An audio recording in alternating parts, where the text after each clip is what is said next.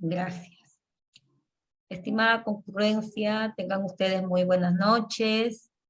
Le damos la bienvenida a este webinar que ha sido organizado con bastante exigencia, con bastante entrega por cada uno de los miembros del equipo que constituyen la plana docente.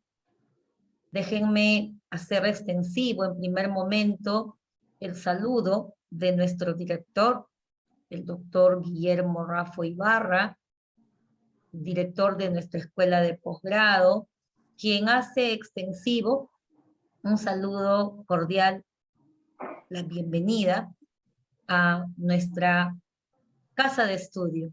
Ustedes, al iniciar en el diplomado de toxicología, constituyen ya ser miembros, parte de la familia de nuestra casa de estudio. También hacemos extensivo el saludo de nuestra coordinadora del programa de educación continua. Ella es nuestra magíster Doris Naula Flores. Bajo su dirección tenemos varios programas de especialización, diplomados, cursos cortos. Ella también hace un saludo extensivo a cada uno de ustedes y definitivamente en conjunto, el equipo de educación continua, hacemos a cada uno de ustedes recojo esta bienvenida en este segundo webinar. En esta oportunidad les saluda la doctora Patricia Ramos, quien es parte del equipo de educación continua y a la vez va a estar permanentemente conversando, coordinando con ustedes en el desarrollo de nuestro diplomado. Hoy nos reúne un evento muy importante. El webinar que se ha planificado para el día de hoy pues lleva una temática como implicancia legal del mercado negro de medicamentos, estará a cargo de nuestro docente, quien con bastante entusiasmo se encuentra ya en sala. En breve le voy a dar pase para que él pueda iniciar con su disertación. Para ello, yo quisiera comentar un poco más sobre su perfil profesional para que ustedes puedan conocer a nuestro docente. Él ha cursado una maestría en gestión pública, del mismo modo un doctorado en salud pública. Su experiencia muy amplia en el Instituto de Evaluación de Tecnologías en Salud e Investigación. Asimismo, él es consultor de la Organización Panamericana de la Salud, del equipo contra el comercio ilegal. Dijemit Minsa, perito en toxicología del Instituto de Medicina Legal y Ciencias Forenses.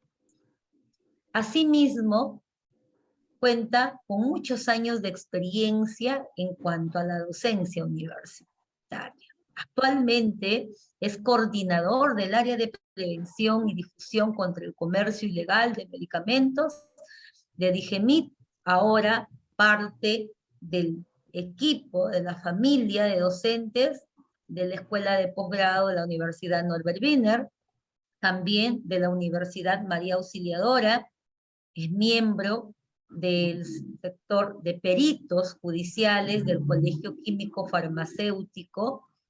Entonces, estimada concurrencia, con ustedes, nuestro docente Edgar Luis Costilla García, quien también será parte, es parte del equipo docente del diplomado en toxicología que inicia la siguiente semana. Estimado Edgar, te dejo la posta, por favor, para que nos puedas compartir esta importante temática que el día de hoy nos concentra en el webinar Implicancia Legal del Mercado Negro de Medicamentos. Bienvenido y te cedemos el pase. Doctora Patricia, buenas noches. Muchas gracias por ese preámbulo. Estimados colegas, buenas noches. Siempre para mí es un placer poder compartir algunos detalles, ¿no? Del mercado negro de medicamentos, que es un flagelo pues, que actualmente pone en riesgo la salud de la población. ¿Sí? Y nosotros como químicos farmacéuticos, expertos en el medicamento, en el alimento y en el tóxico, tenemos que estar también enterados de toda esta problemática. Es una problemática que sucede a diario y que pese a las acciones de control y vigilancia sanitaria que realiza la autoridad del medicamento, aún no cesa. Entonces, con el apoyo de los farmacéuticos en general y la población, seguramente vamos a poder ir disminuyendo este mercado negro, este comercio ilícito, que implica no solamente el contrabando, sino también la falsificación de medicamentos. Entonces, habiendo mencionado esto, vamos a decir primero qué es la falsificación, ¿no? Según OMS, ¿no? Ellos hablan de que un producto falsificado o un producto médico que esté falsificado es aquel en el que se encuentran, por ejemplo, productos de baja calidad, ¿no? O sea, están fuera de la especificación técnica, ¿no? Si le dijeron de repente que tenía que tener 50 miligramos de una IFA, de repente este no tiene 50, sino tiene 45. Entonces, si está fuera de la especificación, si estos productos no cumplen con los estándares de calidad, para la OMS ya es un producto espurio, ¿no? Falso. Lo propio sucede con los productos no registrados, esos que no tienen licencia. Nosotros consideramos que el registro sanitario es como el DNI.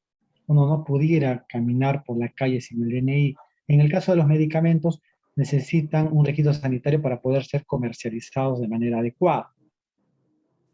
Y entonces, en ambos casos estamos de acuerdo con OMS. Pero también existen estos productos médicos falsificados, ¿no? En los cuales se tergiversa deliberadamente. Entonces, para OMS, productos espurios, de baja calidad, no registrados, y además estos falsificados ponen en riesgo la salud de la población. Entonces, estamos totalmente de acuerdo, pero aquí habría que poner algún énfasis en los productos falsificados, porque los de baja calidad en el Perú tienen, ¿no? un proceso administrativo, los no registrados también, pero cambia esta figura cuando hablamos de medicamentos falsificados, porque ya hay una intención maliciosa, ¿no? Acá, sabiendo que estás haciendo mal, se comete deliberadamente, pues, este delito. Entonces, esto es lo que nos dice OMS. Sin embargo, existe también el Instituto de Seguridad Farmacéutica, ¿no? Entonces, esta es una institución que refiere que el medicamento falsificado es un producto deliberado y fraudulentamente producido, ¿no? Mal etiquetado, ¿ya? Y que aparenta originalidad, pero realmente no lo es, ¿sí?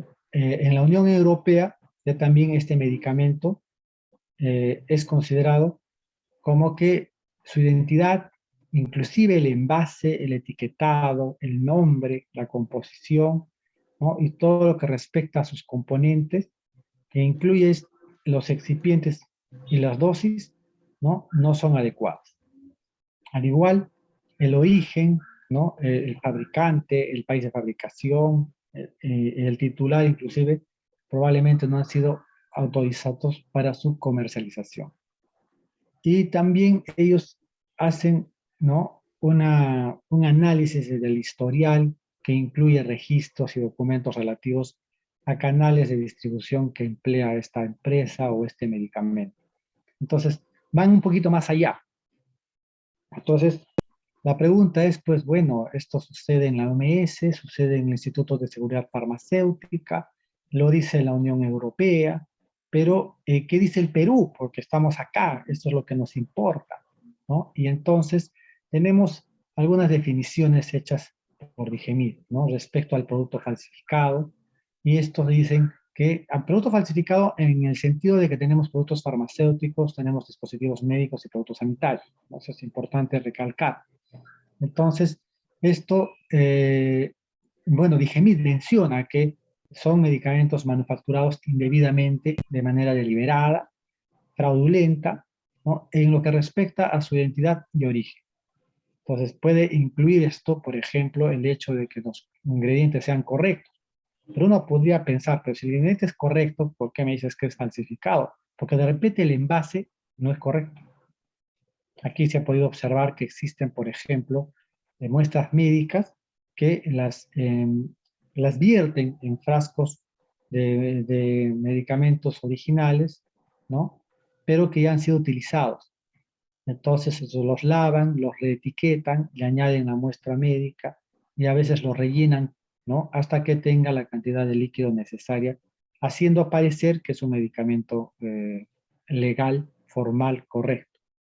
Entonces, puede tener el ingrediente correcto, pero lo demás ha sido falsificado. Es más, si es que el inserto es falsificado, ¿y pero cómo me doy cuenta si el inserto es falsificado? Basta con revisar, ¿no? El registro sanitario y también revisar el inserto para que podamos determinar si este producto es o no falsificado. O sea, debería de coincidir tal cual.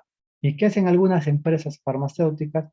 ¿No? A propósito, por ejemplo, cometen faltas ortográficas, cosa que la persona que va a falsificar corrige esas faltas ortográficas y ahí es cuando se da cuenta que su producto no es el correcto, ¿no? Que han falsificado su producto. Son estrategias que utiliza la industria para poder determinar si sus medicamentos son falsificados o no en nuestro territorio. También existen productos o dispositivos contaminados, ¿ya? Y en estas circunstancias hay que considerar que este medicamento no ha habido una deliberación, o sea, no ha habido la intención de contaminarlo, sino que probablemente, ¿no? Los microorganismos, los parásitos o materiales extraños por mal almacenamiento han podido lamentablemente dañar o contaminar el producto. Entonces, encontramos cualquier sustancia, pero que no esté contemplada en el registro sanitario. Entonces, esto puede producir daño a la salud y eso es lo que tenemos que evitar, ¿no? También existen los productos o dispositivos adulterados. Entonces, si se dan cuenta, tienen diferentes conceptos, ¿no? Entonces, el adulterado es cuya composición, especificación, característica, ¿no? Y otras no están contempladas en el registro sanitario y menos en la notificación sanitaria obligatoria, ¿no? Y aquí se ha hecho a propósito, o sea, esta adulteración se hace a propósito para poder ocultar, ¿no? Alguna alteración, para poder extraer o agregar total o parcialmente algunos ingredientes o componentes. Entonces, de alguna manera también ha habido intención al adulterar. Por ejemplo, estaba vencido el medicamento y entonces he borrado en la fecha de vencimiento. Quiere decir que estoy adulterando el producto. ¿Para qué? Para que no se pueda verificar la fecha de vencimiento y pueda ser comercializado de manera ilegal.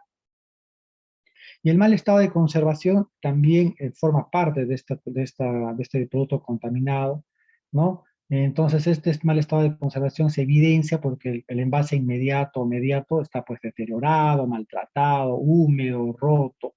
Definitivamente no tiene las condiciones adecuadas para ser comercializado. Entonces, ¿qué impacto tiene la falsificación y el contrabando de productos farmacéuticos, dispositivos médicos y productos sanitarios? ¿Ya? Entonces, OMS reconoce tres impactos importantes, ¿no? Por un lado, el impacto socioeconómico, ¿ya? Que involucra la productividad que se pierde, ¿no? La pérdida de ingresos, ¿no? La falta de movilidad social y el aumento de la pobreza. Por otro lado, tenemos el impacto económico, ¿no? Se nota una pérdida económica, se pierden recursos, hay mayor gasto de bolsillo, claro, o sea, una persona que compra un medicamento falsificado, de pronto, o un comercio, un medicamento producto del mercado negro, entonces, en el mejor de los casos, no va a tener efecto terapéutico, pero en el peor de los casos lo puede intoxicar, le puede producir la muerte, ¿sí? Y entonces, en esas condiciones, la persona no solamente hay un impacto en su salud, sino también en su economía, porque él está gastando para poder adquirir un medicamento que cure sus dolencias.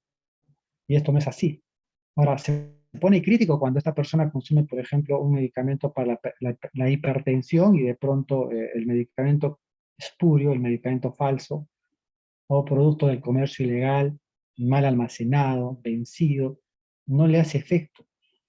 Entonces la hipertensión se puede exacerbar. Lo mismo sucede con los antibióticos, ¿no? Se imaginan tomar un antidiabético que no le haga efecto, podría producir daños en esa persona. Por eso que hay un impacto también en la salud, porque hay mayor prevalencia de las enfermedades, no hay una progresión de resistencia a antimicrobianos, ¿no? Hay pérdida de confianza, ya no confías ni en el médico, ni en la farmacia, ni en el medicamento.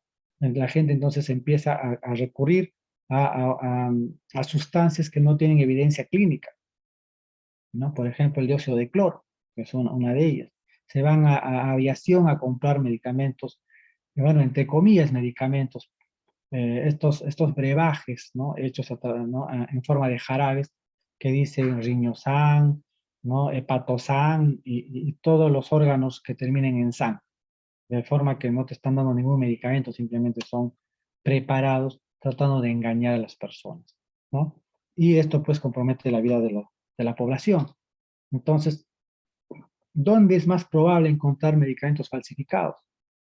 ¿No? Cuando el acceso es restringido. Aquí en Perú, nosotros para vender antibióticos se necesita receta médica. Para vender psicotrópicos se necesita receta médica. Pero esto yo no creo que sea malo, al contrario. Esto es muy bueno.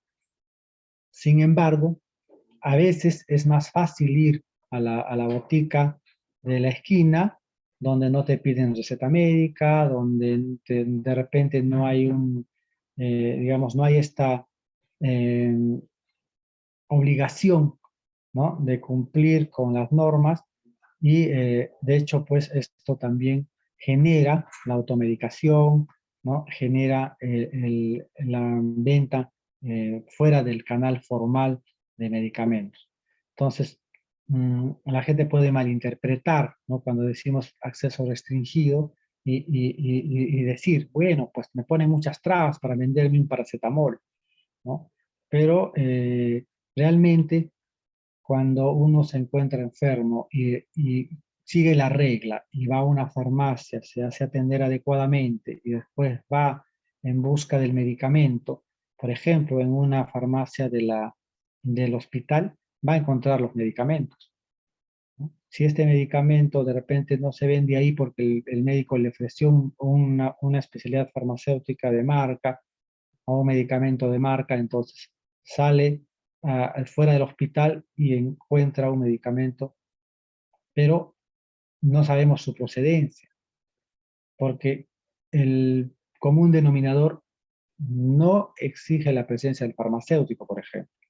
El común denominador no revisa el observatorio de precios, no revisa el aplicativo Ahorromed para ver si es que esa farmacia o esa botica está legalmente autorizada. Entonces, el desconocimiento de la persona a veces hace que se crea esta idea de que el acceso es restringido, cuando acá en el Perú no lo es, por el contrario, ¿no? Eh, están las puertas abiertas, existen canales, pero la población los desconoce. Ahora, también generalmente donde hay pobre gobernanza existen estos medicamentos falsificados, no hay el control y vigilancia adecuada, ¿no? O también no existe la cantidad de inspectores, ¿no? Acorde a la cantidad de farmacias y boticas que tiene una determinada región. Y la débil capacidad técnica, nos falta además, ¿no? La difusión, falta empoderar a la persona, falta educar incluso al ciudadano. Entonces, se ha podido evidenciar que existen campañas de sensibilización que permiten tratar de que el ciudadano adquiera medicamentos seguros, eficaces y de calidad, ¿no? En canales formales. ¿Y cuáles son los medicamentos más falsificados en el mundo? Podemos ver aquí medicamentos para la malaria, los antibióticos, existen también los antihistamínicos, esteroides, ¿no? Los AINES, las hormonas, medicamentos para la disfunción eréctil, hipolipemiantes, oncológicos, esto es una pena. Falsificar oncológicos es un crimen, pues, ¿no? Ansiolíticos, antidepresivos y también hipoglicemiantes. Entonces, ¿qué sucede? Existe una interacción entre los establecimientos farmacéuticos y el mercado ilegal. Entonces, ¿dónde está el meollo del asunto, no?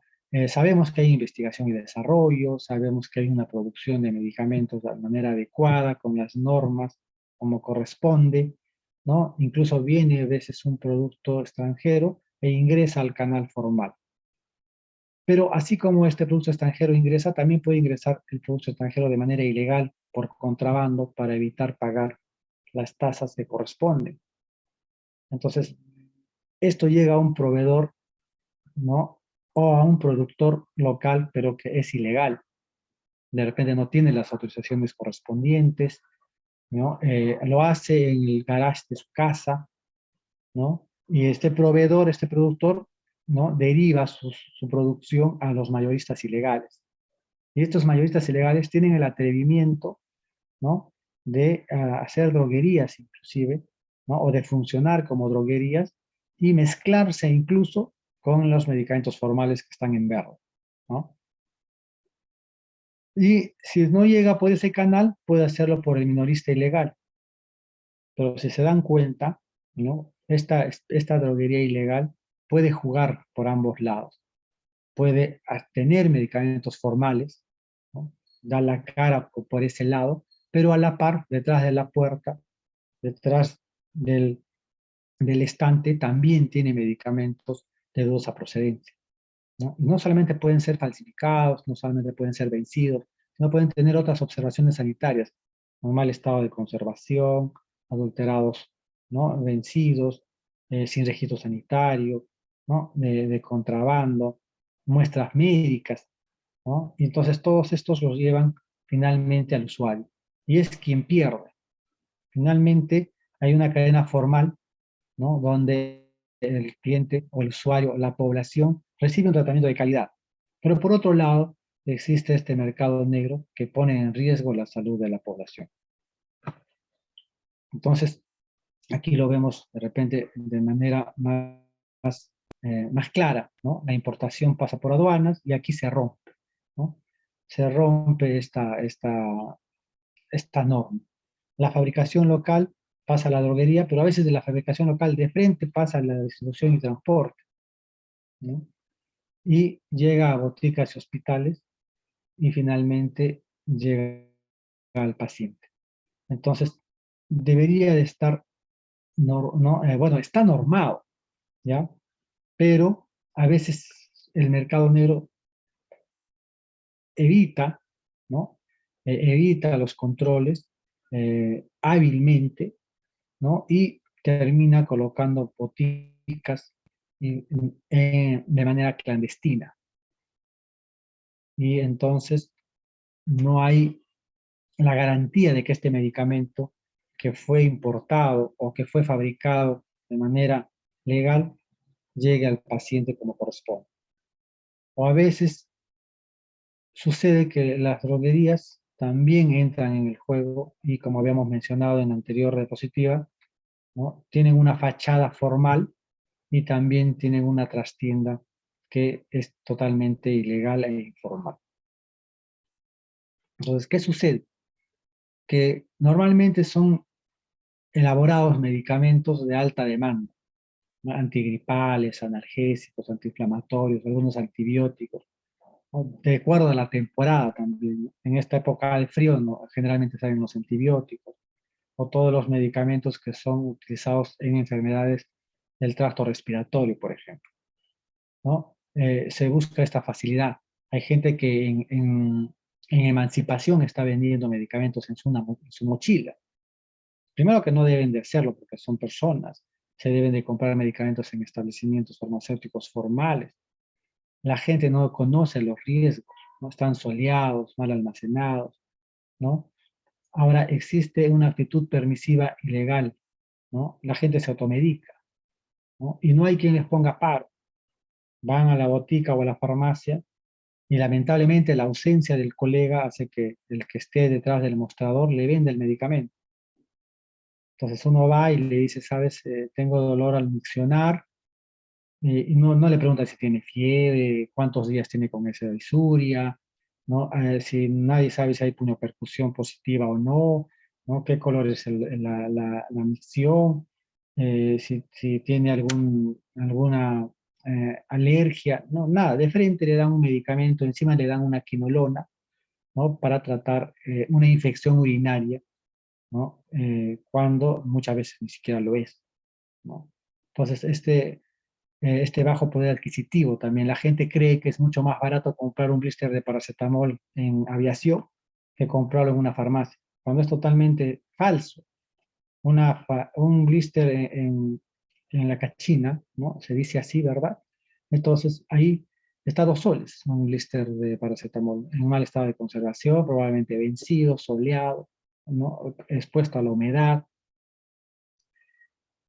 Y te vas a una farmacia o botica formal y el blister está a 90 céntimos, 50 céntimos. Productos eficaces, seguros y de calidad a menor costo. Pero a veces las personas desconocen estos detalles, ¿no? Pero sí también existen medicamentos que son caros, ¿no? Los oncológicos, por ejemplo, ¿no? Para tratamientos especiales. Entonces, la gente busca alternativas. Y siempre hay un vivo fuera del hospital que está ofreciendo medicamentos más económicos. Oye, este medicamento para el cáncer está a 3.000 soles, yo te lo vendo a 2.000, porque yo lo traigo directo del laboratorio, y ese es el gancho. Entonces, 2.000 soles de diferencia hacen que la persona finalmente se decida por comprar un medicamento que no tiene ninguna actividad terapéutica. Entonces, estos delincuentes que dicen, bueno, si esta persona tiene cáncer, igual va a fallecer, entonces no se van a dar cuenta si le doy un medicamento falso o no. Pero sí nos damos cuenta los profesionales, porque ese medicamento falso no tiene reacciones adversas. Sabemos cuáles son las reacciones adversas de un medicamento oncológico y no se notan en ese paciente. Entonces, ante la duda se hace el análisis y resulta que el medicamento no era lo que se esperaba, ¿no? Pues, ¿por qué? Hoy por hoy es bien difícil reconocer un medicamento falso de un original, porque los hacen casi idénticos, ¿no? Porque tienen toda la tecnología disponible, ¿no? No hay este control en los establecimientos. La misma población no exige la presencia de un profesional, ¿no? Entonces vas donde te venden la benzodiazepina sin receta médica. Entonces esa farmacia es la farmacia buenita, pues que te vende de todo ahí, no te preocupes, ve por ahí porque no va a pasar nada. Ahí no te piden receta, te venden lo que tú deseas y encima es barato, ¿no? Entonces existe una mafia de comercio ilegal, ¿no? No es una cosa aislada, son mafias, ¿no? Y lamentablemente buscan ingresar a la cadena de comercialización. Ahora utilizan medicamentos vencidos, esos mal fraccionados, ¿no? O reciclan productos. La gente elimina a la basura los productos y de pronto los lleva, ¿no? Los recicladores inescrupulosos los cogen, los lavan, los acondicionan y los vuelven a la venta. Entonces, esto forma parte del comercio ilegal, así como los medicamentos vendidos a través de la red. Entonces, no hay forma de atrapar a esa persona porque llega un courier a tu casa, uno deposita una cuenta y le llega el courier a la casa con el medicamento que no sabemos de dónde proviene, no sabemos las condiciones de almacenamiento, las condiciones de transporte, ¿no? Ni siquiera las formas en las que han podido fabricar ese medicamento. Entonces uno confía, por eso no debemos de comprar medicamentos por la red, pero la gente lo hace. Ahora, sería interesante que la población denuncie, pero no denuncia porque no sabe, porque desconoce. Y si sabe, no puede ser tan malo de hacerle daño pues, al pobre que acaba de abrir su botica. ¿Por qué? Porque la población no sabe que esa botica, esa farmacia, ese establecimiento farmacéutico requiere de ciertos requisitos para poder estar funcionando. Entonces, la gente asume que si hay una botica en la esquina del barrio, esa botica ha sido legalmente constituida, tiene todos los permisos, y hay una persona que conoce de medicamentos que lo va a atender. Y si por ahí tiene la suerte de que esa persona le atine y le dé un medicamento que lo cura, entonces, uy, ya esta farmacia es lo máximo, ¿no? Pero, sin embargo, esta farmacia muchas veces no tiene ni siquiera licencia de funcionamiento, ni de la municipalidad, ni de la autoridad sanitaria. Sus medicamentos los compra de lugares sospechosos. Ayer ha habido un operativo en El Hueco, por ejemplo, ¿no? Donde venden medicamentos y la gente compra ahí, en Capón, en Unicache, en El Hueco, entre otros.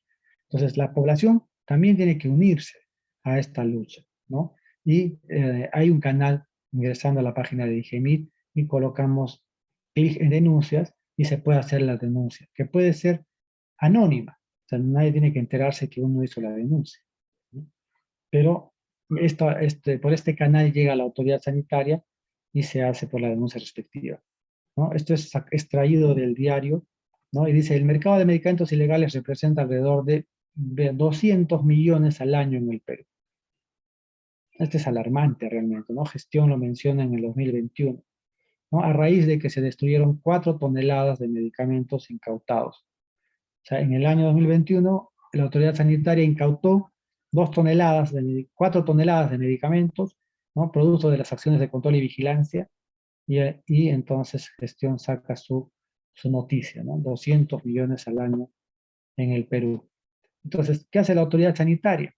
¿No? Refuerza las acciones contra el comercio ilegal de medicamentos, ¿no? Entonces acá interviene el Canchón, interviene Emancipación, interviene el Hueco, y así, ¿no? Existen no solamente estos lugares, sino también en todo el Perú, ¿sí? No solamente es Lima. Claro, puede ser de repente el lugar donde más se concentra la falsificación por la cantidad de personas que tienen, ¿no? El mercado es mayor, pero también lo hacen en Trujillo, también lo hacen en Puno, ¿no? Lo hacen en Loreto, en Madre de Dios, sobre todo las fronteras.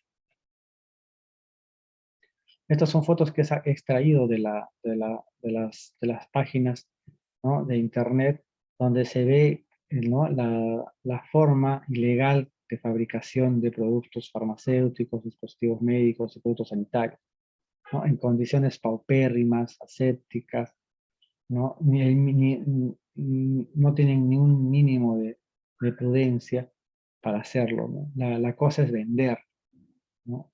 Pueden ver que no tiene ni techo, ¿no? Las paredes sucias, los pisos sucios, ¿no? El material de empaque también hecho de manera artesanal, ¿no? Entonces, pero el producto terminado es casi idéntico, bien difícil de poder corroborar si es que se trata del medicamento original o falso.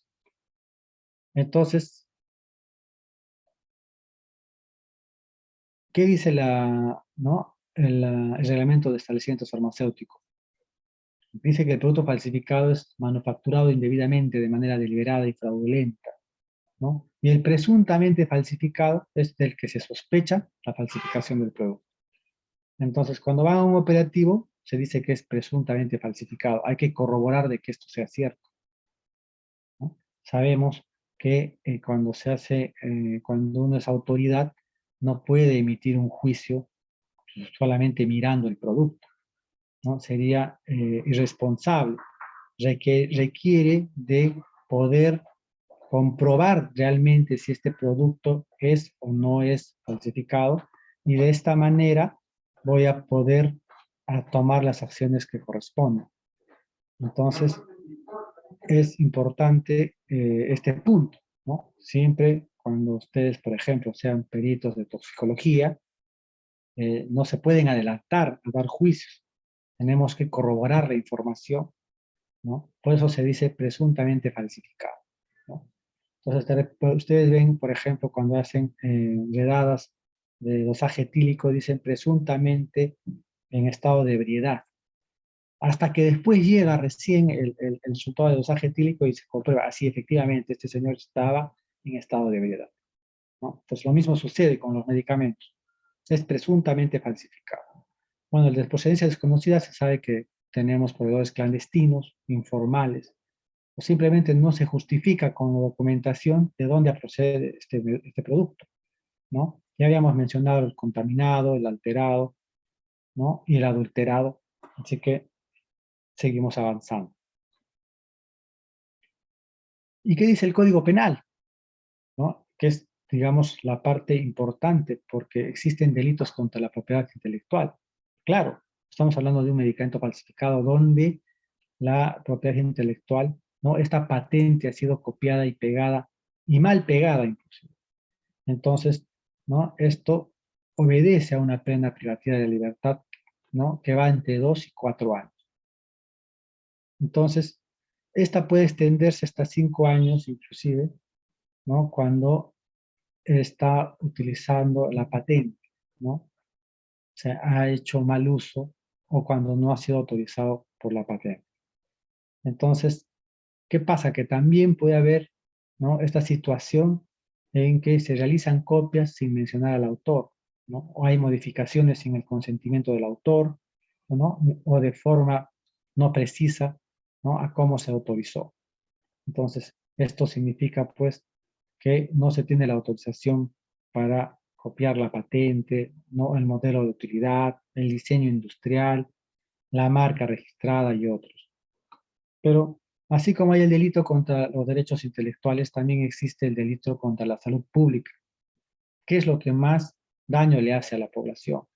Entonces, el Código Penal, ¿no? Y la Ley 29.675, que modifica los artículos del Código Penal, han incorporado, ¿no? Algunas penas, sobre todo es importante la incorporación que se hizo en el 2011 del artículo 294, ¿no? El A, B y C inclusive. Entonces, se dice que es un delito contra la salud pública, ¿no? Porque hay contaminación, hay adulteración, ¿no? Se puede alterar la fecha de vencimiento, y esto obedece a una pena privativa de la libertad de, ¿no? de 3 a 6 años. Pero si la persona tiene el conocimiento de la adulteración y además, sabiendo que está adulterado, se dedica a importar y a comercializar, puede tener una pena de 4 hasta 8 años, ¿no? Entonces, ¿qué pasa? Que recoge esta información el artículo 294 y también menciona que el que contamina y adultera productos farmacéuticos, dispositivos médicos, productos sanitarios, tendrá una pena privativa de la libertad de 4 hasta 8 años, ¿no? Y cuando hay algún agravante, ¿ya? O hay una lesión que daña la salud de la persona o le produce la muerte, esta pena será entre 8 y 15 años inclusive, ¿ya? Y esta parte del agravante involucra al farmacéutico, porque dice, y si el agente es director técnico o tiene un cargo equivalente, se le va a adicionar inclusive la inhabilitación, ¿no? Y eso está contemplado en el artículo 294C del nuevo Código Procesal Penal. Entonces, ¿cuál es la idea, no? Este artículo 294 hace mención a que existe un acta de evaluación y un informe preliminar cuando se hace una inspección. Esto en aras de hacer una prisión preventiva, porque aquí hay una sumatoria de delitos si se encuentra un medicamento falso. ¿Por qué? Porque estamos hablando, por un lado, de la salud pública, un delito contra la salud pública, y por el otro lado, un delito contra la propiedad intelectual. Entonces se suman ambos delitos y ya obedece a una prisión preventiva. Entonces, se tienen que esperar los ensayos, ¿no? Las actas de verificación, o sea, la corroboración, ¿no? O el sustento, los elementos de juicio correspondientes que permitan decir que efectivamente ese medicamento estuvo vencido o estuvo falsificado, ¿no? Ha sido adulterado, ¿no? Ha sido, está vencido o está falsificado. Entonces, una vez que se corrobora, que ya tiene elementos de juicio, el fiscal hace la acusación. Se sigue el proceso penal, pero ya la persona está en prisión preventiva. Entonces, eso, digamos, es una estrategia que utilizan los fiscales hoy, porque antes solamente por delito contra la salud pública no se podía acceder a una prisión preventiva. Pero sumado el delito de propiedad intelectual, sí, sí calza, sí aplica la prisión preventiva, hasta por 9 meses inclusive, ¿no? Dependiendo de la situación Y entonces, una vez que llegan los resultados de análisis, ¿no? Entonces se judicializa como corresponde y si hay una sentencia favorable, la persona es privada de su libertad. Entonces, eso es lo que les quería comentar el día de hoy. Espero que haya sido de su agrado. Si ustedes tienen alguna consulta, con mucho gusto la voy a absolver. Muy bien, extraordinario. Hemos quedado todos, estimado Edgar, bastante, a ver, conmovidos por toda la información que nos has compartido. Y en mérito a ello, ahora vamos a darle la oportunidad a nuestros participantes a que nos puedan realizar algunas consultas, por favor. Voy a estar atenta al chat, aquellos que quieran intervenir por ese medio, y ahí tenemos ya una pregunta. Y en el caso de querer activar nuestros micrófonos, por favor, levantamos la mano para dar un orden. De esta manera, nuestro estimado docente Edgar pueda responder las inquietudes. Entonces, aquí tenemos una pregunta, Edgar. Dice, ¿cuál es el procedimiento de eliminación a los productos falsificados o vencidos? Sí, Javier. Cuando se hacen incautaciones, producto de las acciones de control y vigilancia sanitaria, estos productos se incautan, son analizados para poder verificar si eran realmente falsificados o vencidos. Y una vez corroborado esto, son almacenados. Entonces, y obviamente con su cadena de custodia como corresponde, ¿no? De repente con las actas de incautación como corresponde. Además que hay un informe que se tiene que elevar al fiscal para que pueda iniciar el proceso penal. Entonces, toda la documentación se guarda y estos productos incautados son almacenados adecuadamente durante aproximadamente un año. ¿Por qué? ¿Por qué digo aproximadamente un año? Porque en cada ejercicio, o sea, cada año se hace una destrucción. Entonces, normalmente la destrucción se hace en los últimos meses del año, entre noviembre y diciembre. Entonces, todo lo acumulado, ¿no? Durante el año se destruye, pero para esto se solicita que haya una empresa que cumpla con la normativa vigente respecto, por ejemplo, a la norma de Digesa, ¿no? Entonces, Digesa da las pautas para que se haga la destrucción conforme la ley lo manda, y entonces se contrata a una empresa que cumpla con esa norma. Y además, para dar fe de que lo que se está destruyendo se va a realizar de manera adecuada, se contrata a un notario. Y este notario empieza a revisar toda la documentación que se le entrega. Entonces, las, eh, cuando se hacen esta revisión, también se cuenta en la cantidad de bultos, ¿no? Y el peso de cada bulto. Entonces, y además se puede verificar inclusive la cadena de custodia, ¿no? El acta de incautación y todo lo que corresponde. Una vez verificado, entonces inclusive el notario también se traslada al lugar donde van a ser destruidos estos productos. Y de esta manera digamos, la forma en la que se puede destruir todo lo que se ha incautado durante el año. Muy Espero haberte bien. contestado. Interesante. Mira, tenemos otra pregunta. Nos dice Jocelyn, la inspección se da con un fiscal a un establecimiento farmacéutico. ¿Qué sucede si el encargado de la botica no lo deja ingresar? Bien, cuando se hace una inspección, la norma dice que uno debe de ir con la autorización, con un documento, ya que le indique que está viniendo a hacer una inspección, ¿no? Entonces, ellos deberían de permitir el acceso. Pero sí existen situaciones en las que el administrado dice, no, pues no les puedo permitir el ingreso, pese a que uno se identifica, pese a que incluso a veces vamos en presencia de la policía, del fiscal. Entonces, el fiscal normalmente los induce digamos, a ceder el paso a los inspectores porque él aplica este principio de que están desobedeciendo a la autoridad, ¿no? Ahora, también existe esta situación en la que de repente se va a hacer un operativo al frente de un hospital donde hay varias boticas. Entonces, cuando la autoridad ingresa a la primera botica, todas las demás empiezan a cerrar, ¿no?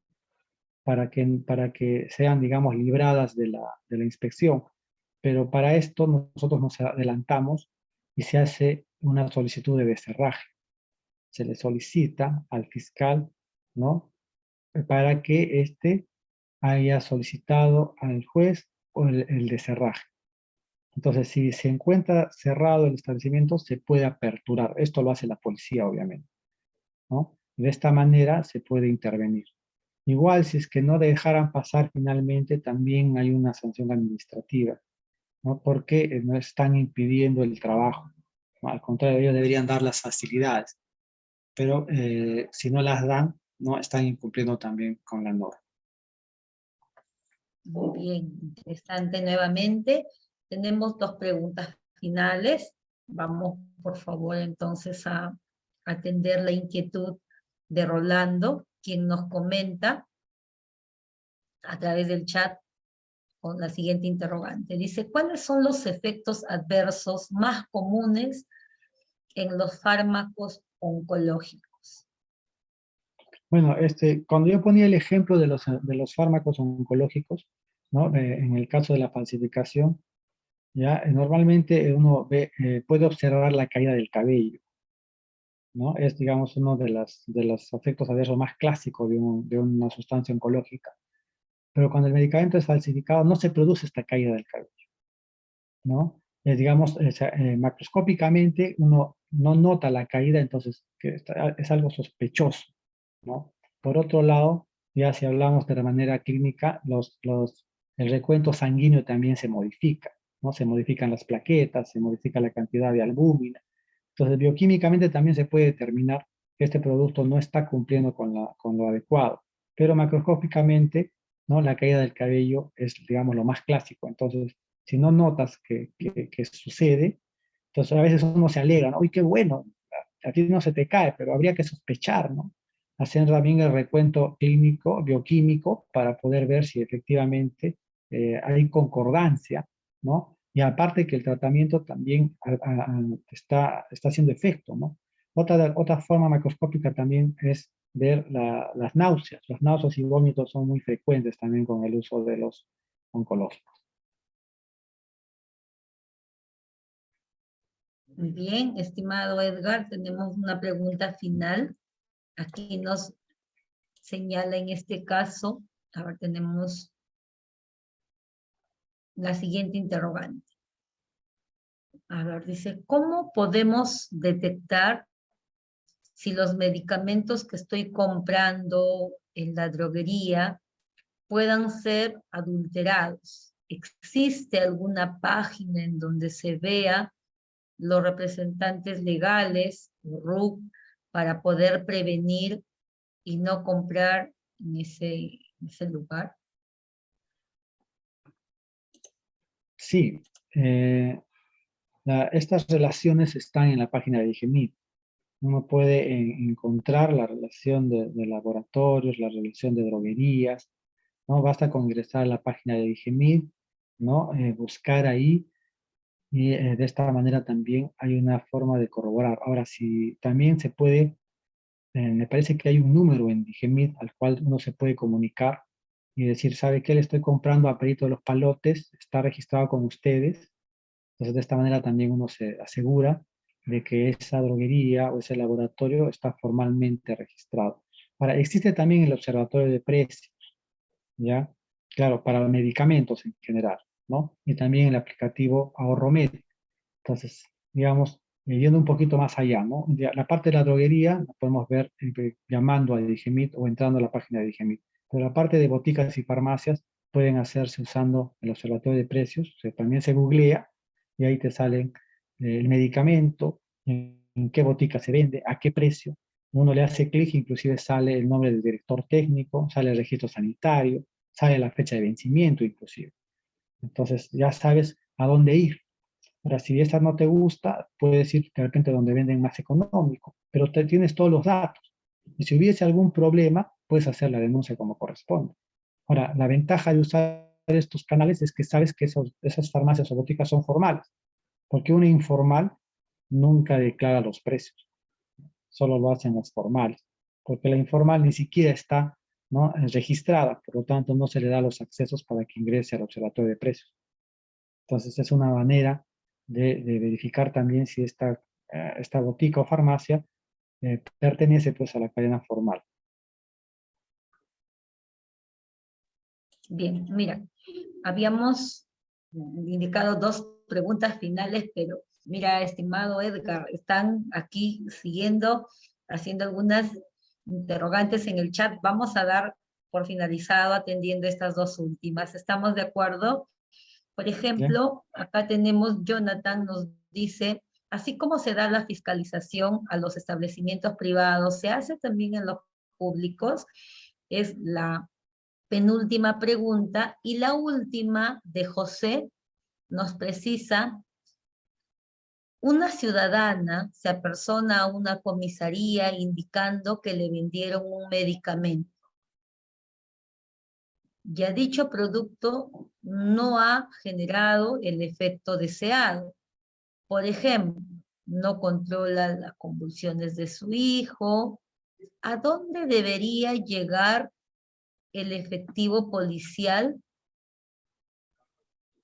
¿A dónde debería hacer llegar el efectivo policial ese medicamento para que se compruebe su identidad y originalidad? Con estas dos interrogantes terminamos, por favor.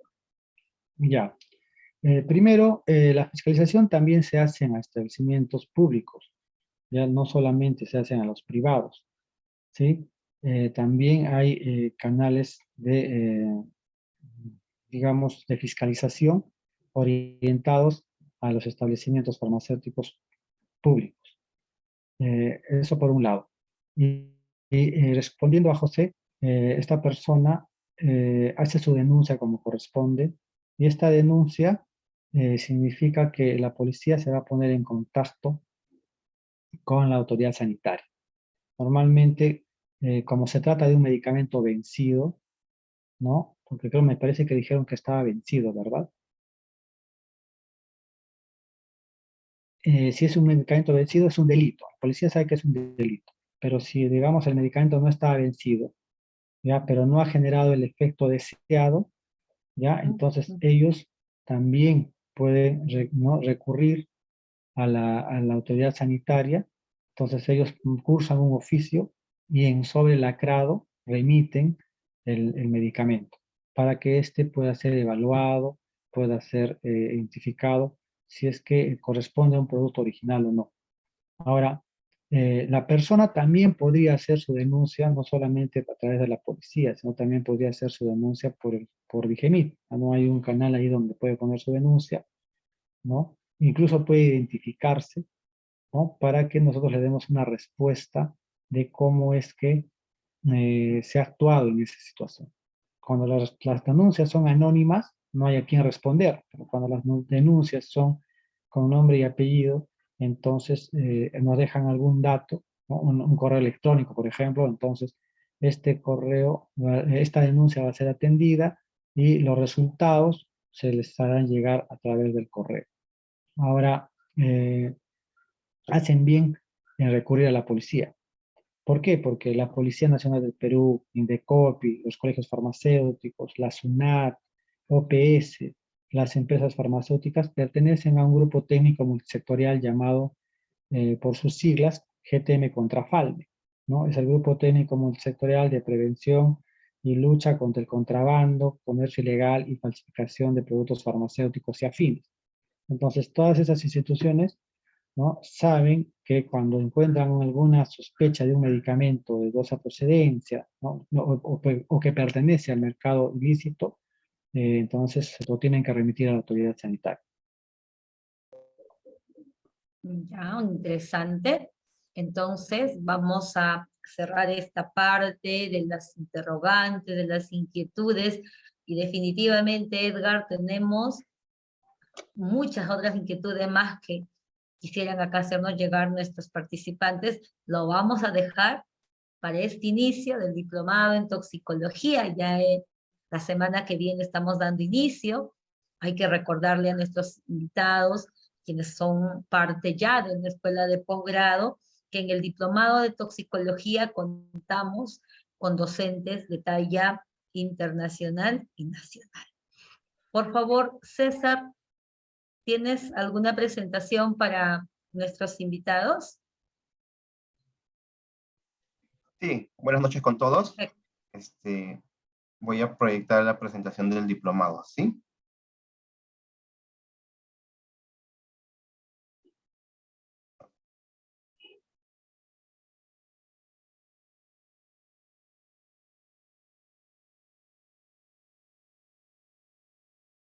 A ver, ¿sí? Y como ya nos indicó la doctora Patricia, vamos a tener en estas semanas ya el diplomado en toxicología, ¿no?, para químicos farmacéuticos, ¿no?, en lo cual el objetivo del programa es formar especialistas en toxicología que puedan identificar, cuantificar, evaluar, ¿no?, y prevenir todo tipo de sustancias que pueden ser nocivas para el organismo humano, tanto a nivel laboral como ambiental, ¿no? Además de brindarles las herramientas, ¿no?, para el manejo de informes toxicológicos, ¿no?, métodos de validación, criterios de cientificidad, toma de muestras de inspecciones, auditorías y análisis de matrices de implicancia médico-legal. Como os he indicado también, vamos a tener una malla curricular muy rica, ¿no?, donde van a ustedes tener cursos como tópicos de toxicología en la primera sesión. En la sesión 2 van a ver lo que es toxicología clínica, ¿no? Toxicología de medicamentos y emergencias toxicológicas. Asimismo, en la sesión 3 vamos a ver lo que es toxicología ambiental y ecotoxicología. En la sección 4, toxicología regulatoria. Siguiendo, vamos a ver lo que es toxicología ocupacional y seguridad en la sesión 5. En la sección 6, toxicología forense y química legal. En la sección 7, toxicología analítica. En la sección 8, metodología del trabajo, ¿no? Final en el... Y al terminar el diplomado, luego de los 8 meses, ustedes van a recibir una certificación a nombre de la Universidad Norbert Wiener, ¿no? Se les otorgará el diploma en toxicología. Y como ya indicó la doctora Patricia, van a tener una plana docente con docentes a nivel nacional, como docentes extranjeros, ¿no? Docentes que tienen una gran experiencia tanto en el ámbito educativo como en el ámbito profesional. Justo uno de los docentes es nuestro ponente de hoy día, Edgar Costilla, ¿no? Quien es químico farmacéutico, magíster en ciencias criminalísticas y máster en gerencia pública, ¿no? ¿Sí? Tienen gran experiencia en el Instituto de Evaluación Tecnológica, Salud de la Investigación, Organización Panamericana de la Salud, ¿no? Otro de nuestros docentes que nos va a acompañar es el doctor Wilfredo Hernán Revilla, ¿no? Actualmente se desempeña como experto en toxicología y química forense en la Oficina de Criminalística de la Policía Nacional de Perú. Cuenta con 25 años de experiencia en criminalística, ¿sí? Dentro de la plana internacional vamos a tener al doctor Alexeis Brenes, ¿no?, investigador asociado, ¿no?, de la Fundación de la Universidad de Panamá, Laboratorio de Drogas, ¿no?, profesor invitado en cátedras de toxicología, maestría en ciencias químicas, es de la Escuela Química de la Facultad de Ciencias Naturales de la Universidad de Panamá. ¿Sí? Otro de nuestros docentes, Eleuterio Gutiérrez, de Uruguay, profesor adjunto encargado de la Unidad de Medio Ambiente, Drogas y Doping, desde el 2001 hasta la fecha, director de Desarrollo Sustentable, ¿no?, del Instituto de Polo Tecnológico, PANDO de la Facultad de Químicos de la República de Uruguay. Y el doctor Carlos Díaz, ¿sí?, también de México, ¿no?, quien cuenta con una maestría en Ciencias Biológicas de la Facultad de Ciencias de la UNAM, doctorado en Ciencias Biológicas de la Facultad de la UNAM, ¿sí? Jefe de la Unidad Departamental de Investigación, ¿no? Y también vamos a tener a la doctora Diana Mariño Gaviria, ¿no? Título de Química de la Universidad de Antioquia, ¿no? Tiene un diplomado en Ciencias Forenses, ¿no? De la Universidad de Antioquia, Toxicología de la Universidad Nacional de Colombia, con sede en Bogotá. Es docente universitario del Departamento de Químicos de la Universidad Nacional de Colombia. Como ya se ha indicado, ya la próxima semana ya estamos iniciando el programa. Este lunes, discúlpeme, el sábado 24, ya inician las clases, ¿sí? Este diplomado va a tener un horario de fines de semana, ¿sí? Son 2 fines de semana al mes, sábados de 7 a 10, domingo de 6 a 9, ¿no? Una duración de 8 meses. El diplomado se va a desarrollar de forma virtual, ¿no? En cuanto a la inversión regular, es de 500 soles, pero al ser por convenio con el Colegio Químico del Perú, se le está dando un descuento del 15%, con las cuales las cuotas van a ser de 425, ¿no? Aparte de esto, la inversión incluye la inscripción y la matrícula, que son de 300 soles cada uno.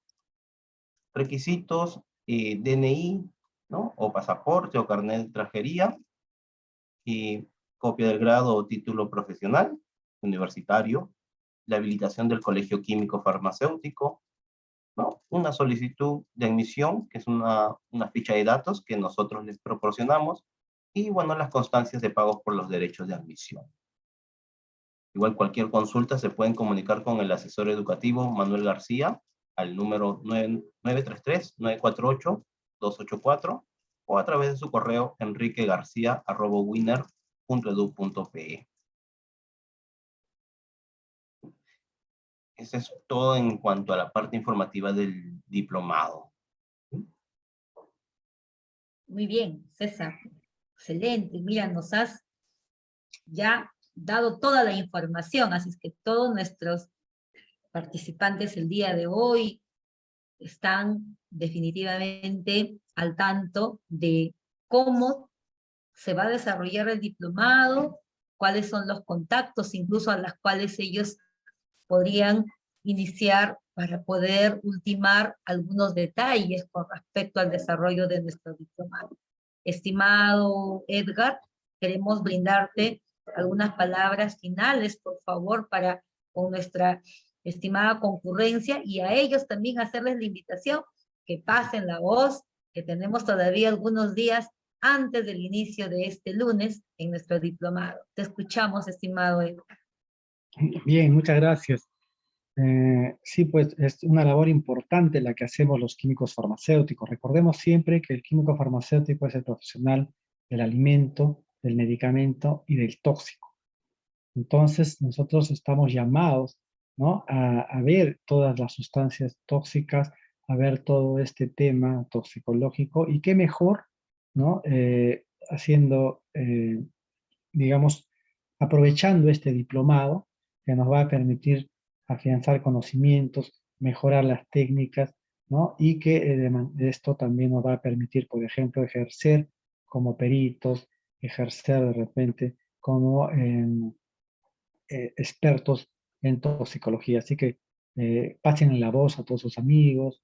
Estoy seguro que cuando estaban en la universidad tenían una promoción, entonces pasen la voz: oye, voy a hacer mi diplomado en toxicología, anímate, vamos, ¿no? Hacemos grupo de trabajo en el diplomado.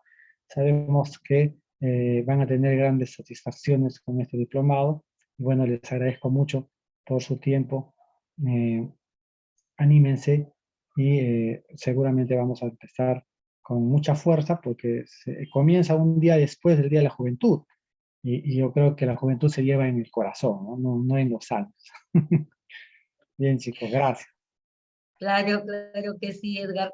Bonitas tus palabras y definitivamente motivadoras para todos los que están presentes aquí en sala. A nombre tuyo, a nombre de nuestra coordinadora Doris Naula, de nuestro director de la Escuela de Posgrado, el doctor Guillermo Raffo, de mi persona, que también les brinda un cálido saludo y bienvenida en este inicio como una nueva experiencia educativa excepcional, que es nuestro lema de la escuela de posgrado de Norbert Wiener. Entonces, sin más, ya de repente, que decir, porque ya hemos escuchado a nuestro ponente, que es docente del diplomado, a César, quien nos ha hecho llegar toda la información para poder contactarnos y ser parte de este diplomado, pues nos estaríamos encontrando la próxima semana para poder dar toda la información, la parte académica de una manera mucho más precisa, la parte tecnológica, y como nos queda pocos días para poder iniciar el diplomado, como dijo nuestro estimado docente Edgar, hacer extensivo a otros compañeros, a otras amistades. Que tengan una bonita noche, un buen fin de semana, y nos estamos encontrando la próxima semana, valga la redundancia, para el desarrollo de nuestro diplomado en toxicología. Buenas noches, gracias por su participación. Buenas noches con todos.